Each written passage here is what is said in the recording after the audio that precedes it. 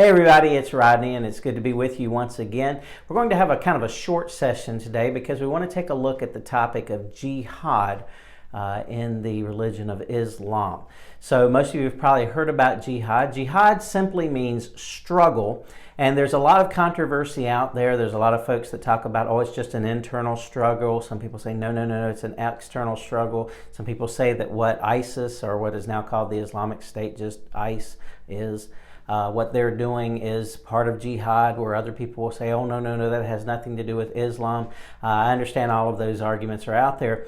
The reality of it is if we're going to take a serious and honest look at it, jihad does mean an internal struggle. It does have to do with what's going on inside and whether we're living the life that we're supposed to live if you're a Muslim, that type of thing. That's true. And they often refer to that as the greater jihad. And that's one of the reasons that some of the more moderates will teach that, that it's referred to as the greater jihad. So it's more important than the physical jihad or the combat, those types of things.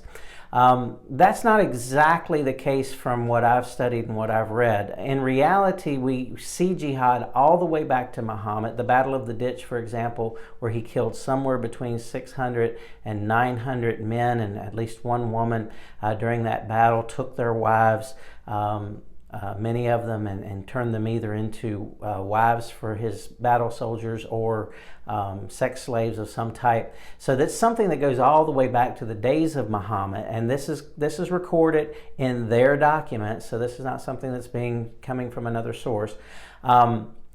The reason, the best reason that I've read or heard so far as to why the internal struggle is called the greater jihad is because they believe that one day that will end. If you've watched the recent videos that we've done or listened to those online, then you know that they believe that one day Isa, they also call him Jesus, not the same version of him that we have, but as Christians, but their version of Jesus, that he will come back, that he will force everyone to either convert or die. At that point, there will be no one that's, according to their idea, according to their future, their prophecy, they believe that there will be no one that will stand in the way of Islam. Therefore, that type of jihad will no longer be necessary. We've talked about Surah chapter 9 and how you're supposed to fight against the infidels. That is a physical struggle, not an internal one.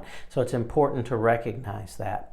With that being said, we see that there is an internal struggle, which is they're called the greater struggle because the physical struggle ends. But at the same time, as far as their scriptures are concerned, I'm not saying that every single Muslim believes this. I don't believe that every single Muslim believes in a physical jihad. But as far as their scriptures are concerned, the Quran and the Hadith, they certainly do teach that a physical jihad is not only necessary, but it's one that's blessed. And as a matter of fact, it's the only way, according to their theology, to be able to guarantee entrance into heaven.